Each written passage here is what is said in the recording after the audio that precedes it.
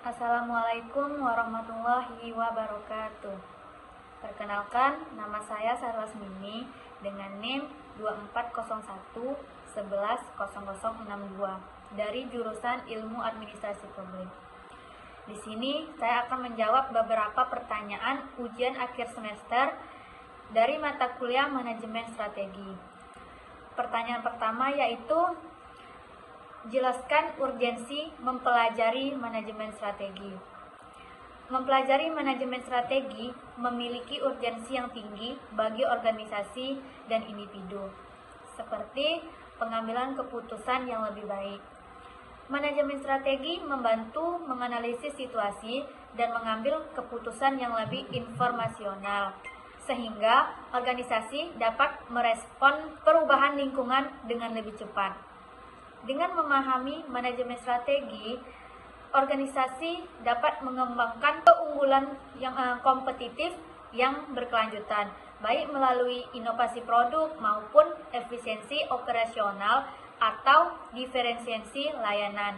Dalam dunia bisnis yang dinamis, pemahaman tentang manajemen strategi memungkinkan organisasi untuk beradaptasi dengan perubahan pasar, teknologi, dan regulasi. Dengan demikian, manajemen strategi bukan hanya penting untuk keputusan bisnis saja, tetapi juga penting bagi keberlangsungan dan pertumbuhan organisasi di masa depan. Selanjutnya, pertanyaan kedua.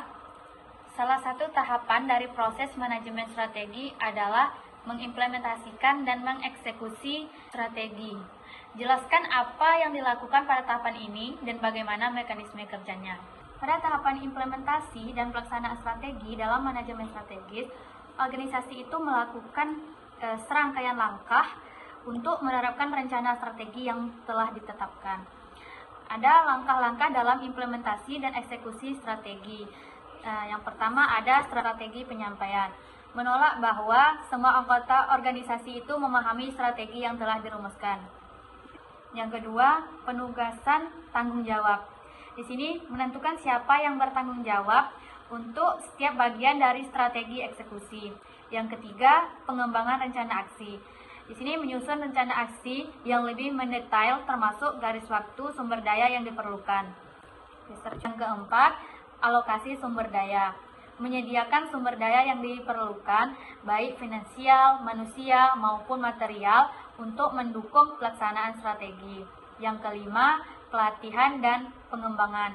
Memberikan pelatihan kepada karyawan untuk memastikan mereka memiliki keterampilan dan pengetahuan yang diperlukan untuk menjalankan strategi dengan efektif. Yang keenam, pengawasan dan pengendalian. Memantau kemajuan pelaksanaan strategi. Yang ketujuh, penyesuaian strategi. Berdasarkan umpan balik dan hasil pemantauan, organisasi itu dapat melakukan penyesuaian terhadap strategi atau rencana aksi untuk memastikan tercapainya tujuan. Selanjutnya, mekanisme kerja. Komunikasi yang efektif itu adalah kunci untuk memastikan semua anggota organisasi memahami dan berkomitmen terhadap strategi. Keterlibatan karyawan, melibatkan karyawan dalam proses implementasi dapat meningkatkan motivasi dan kepemilikan terhadap strategi.